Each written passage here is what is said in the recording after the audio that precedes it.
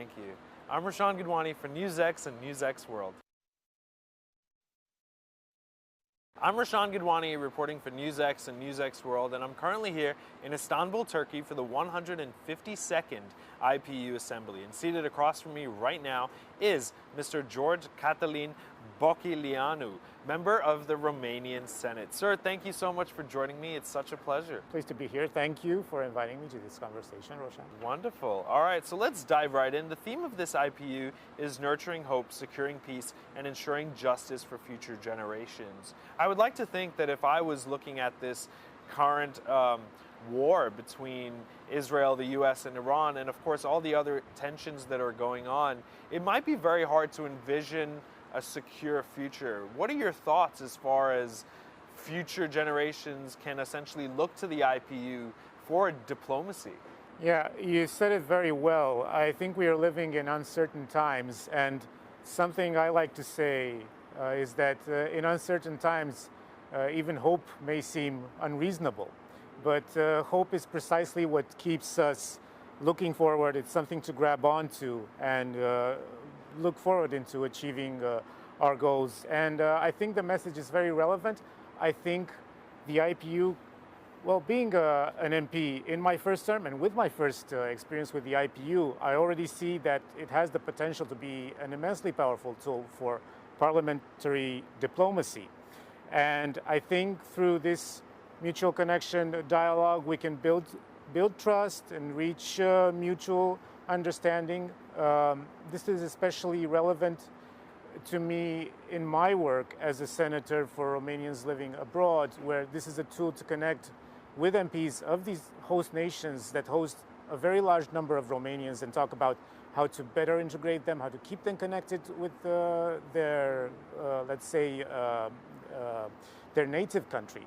But also, of course, as you mentioned, the current international context that is on everyone's lips, and it is present in our conversations back home because it is affecting everyone. And it's affecting everyone in different ways.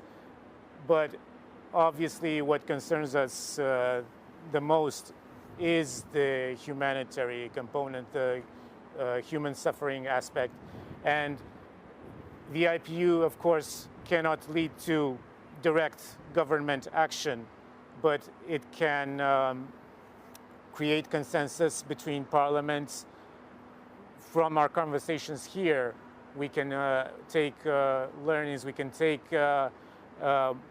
what, let's say, is legitimized by the consensus here, take it back home, and as MPs influence our government's actions. Brilliant. Sir, you mentioned a few key terms there, hope and consensus. How do you believe that the current IPU Assembly is excited about the first female Secretary General being elected at the end of tomorrow, which is Sunday, the 5th day of the 152nd IPU Assembly? Well, it's already a lock, isn't it? Yes. We have 4 candidates in the running, and all of them are very well prepared and very strong women.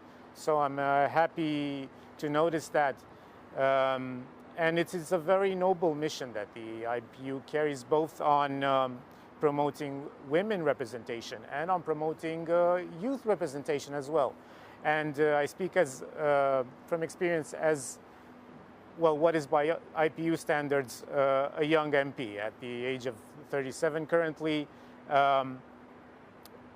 Back home, I see also the importance of even younger politicians being represented. And as a millennial, I see how Gen Z may have different approaches to things, and how those approaches can be extremely valuable. So I'm happy to contribute to that and foster this message of promoting young representation of young politicians, which is again relevant to me because interestingly, in Romanian elections, actually there is more youth turnout in polling stations abroad than back home. So that is something for me to and for us to reflect upon. Now, of course, we're here in Istanbul, Turkey,